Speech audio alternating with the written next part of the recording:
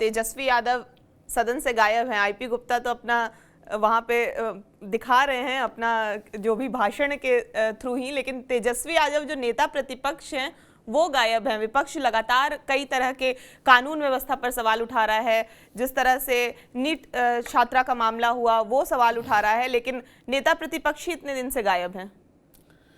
देखिए मैत्री, एक बात हम लोग को समझना पड़ेगा कि आखिरकार नेता प्रतिपक्ष लालू प्रसाद के बेटे जरूर हैं, पर लालू प्रसाद की तरह गुदड़ी के लाल नहीं है। लालू प्रसाद के तरह संघर्ष करके नेता प्रतिपक्ष नहीं बने और उस जनरेशन के आदमी भी नहीं। आप यकीन मानिए 90 के दशक में 2000 के आसपास जब मैं पढ़ाई करता था, कॉलेज में होता था, 96, 97, 95 कई नेताओं से मिलता था। आज भी कई पुराने नेताओं से मिलने जाता हूं तो वो 7 बजे बुलाते हैं, 8 बजे बुलाते हैं, 9 बजे बुलाते हैं और उसके बाद वो और काम में इन्वॉल्व होने लगते हैं। ये जो नए नेता हैं जिनकी उम्र कम है, ये आपको 11 बजे से पहले मिलेंगे ही नहीं, 10 बजे से पहले मिलेंगे नहीं। और ये लोग जो पुराने नेता हैं वो सुबह नहा के, धो के, उठ के, बैठ के, तैयार होके, कपड़े पहन के आपको बैठे हुए मिलेंगे, नाश्ता करके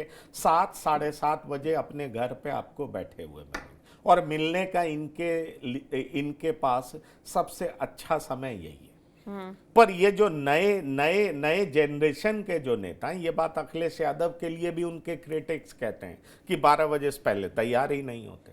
आप ये चीज तेजस्वी यादव के लिए भी आपने सुना है और ये बोलने वाला मैं नहीं हूं। आपको याद होगा रघुवंश बाबू गुजर गए, रघुवंश बाबू ने एक बार सवाल उठाया था, महीनों गायब रहे थे, ठीक है, तो हुआ था कि अब नहीं आएंगे तो लोग जवाब क्या देंगे। देखिए, इन लोगों से अगर आप ये उम्मीद करिएगा कि 24/7 पॉलिटिक्स में रहें तो थोड़ा मुश्किल काम है। ये 24/7 और वो भी 12 महीने पॉलिटिक्स में रहें, ये संभव नहीं। इस तरह की उम्मीद नहीं रखना चाहिए और मैं उम्मीद रखना भी नहीं चाहता हूं। मैं कोई सटायर नहीं कर रहा, मैं कोई व्यंग नहीं कर रहा। आप देख लीजिए राहुल गांधी को ही देख लीजिए, राहुल गांधी बीच बीच में गायब होते हैं ना, उसकी चर्चा होती है ना। मैं समझता हूं कि इन नेताओं को भी अपना समय एंजॉय करना चाहिए, इसमें कोई गलत बात नहीं है। पर सदन जब चल रहा हो और सदन चल रहा हो तो एक प्रतिपक्ष के नेता के तौर पर उनकी मौजूदगी बहुत जरूरी है। कोई प्रतिपक्ष का नेता सदन चलने के दरमियान एब्सेंट कैसे रह सकता है? ये कहीं ना कहीं बड़ा सवाल उठा रहा है कि जिस प्रोफेशन में है, जिस पद पर है, उसके साथ वो न्याय कर पा रहा है क्या? क्योंकि विपक्ष लोकतंत्र का एक महत्वपूर्ण हिस्सा होता है। विपक्ष सदन का महत्वपूर्ण हिस्सा होता है। सरकार कैसे चल रहा है, नहीं चल रहा है, उस पर वो नजर बना करके रखता है। प्रतिपक्ष का नेता उस पर आवाज उठाता है, लोगों की आवाज बनता है सदन में। और अगर वो ही नहीं रहेगा तो प्रतिपक्ष का भार क्या रहेगा, वेट क्या रहेगा? इसलिए जब वो विदेश जाते हैं या घूमने जाते हैं, जब उस तरह का समय होता है तो मैं उसको क्रिटिसाइज करना नहीं चाहता जैसे और लोग करते, और मैं करना भी नहीं चाहता हूं, जेन्युइनली आपको बताऊं। लेकिन जब सदन चल रहा हो उस समय आप नहीं रहेंगे, लोग से आप मिल नहीं पाएंगे, तो आप यकीन मानिए लोगों की अपेक्षाएं बहुत होती हैं। और जब आप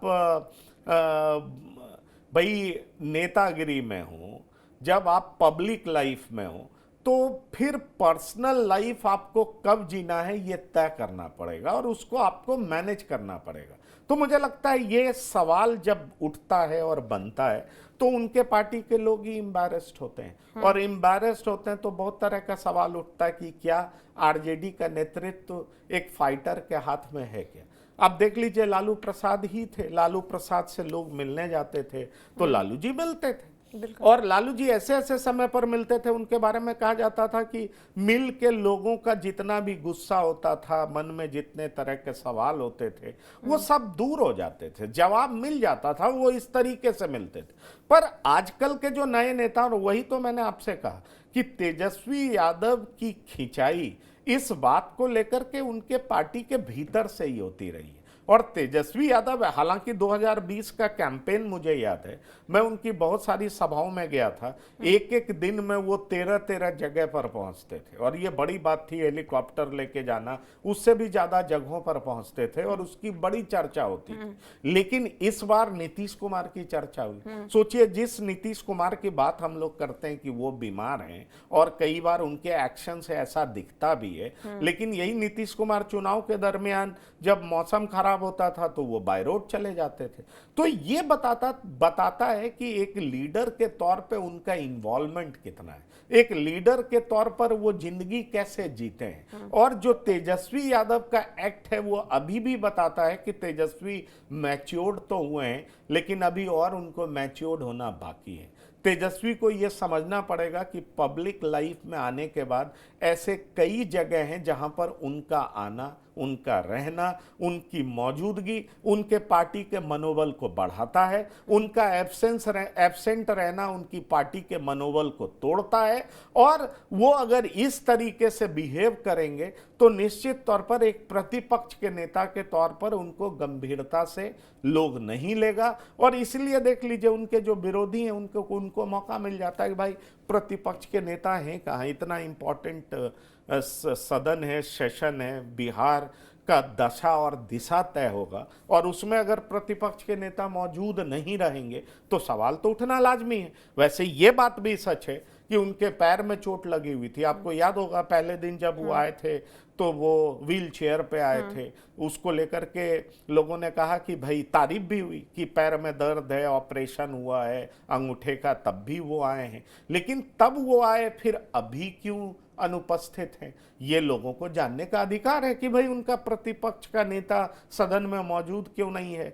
बिहार को चलाने के लिए जो कानून बन रहा है, जो पारित हो रहा है, उसमें प्रतिपक्ष के नेता की मौजूदगी क्यों नहीं है, हिस्सेदारी क्यों नहीं है, ये सवाल उठना बेहद लाजमी है और इसीलिए लोग सवाल उठा रहे हैं। बिल्कुल, जिस तरह से अभी बजट सत्र चल रहा है, ऐसे में कई तरह के, क्योंकि मंत्री भी हैं, उन्होंने भी कहा कि मैं एक बार देख लेती हूँ, इस लखिंदर पासवान ने, उन्होंने कहा कि इतना महत्वपूर्ण सेशन चल रहा है और एनडीए के आगे शायद जो विपक्ष है वो सरेंडर कर चुकी है, जिस तरह से 25 सीट पर सिमट चुकी है। खैर, ये सब बातचीत है। इन सब विषयों पर आपकी जो भी राय है हमें कमेंट करके ज़रूर बताएं और बिहार की तमाम खबरों के लिए आप हमारे साथ बने रहें और देखते रहें TV9 बिहार झारखंड।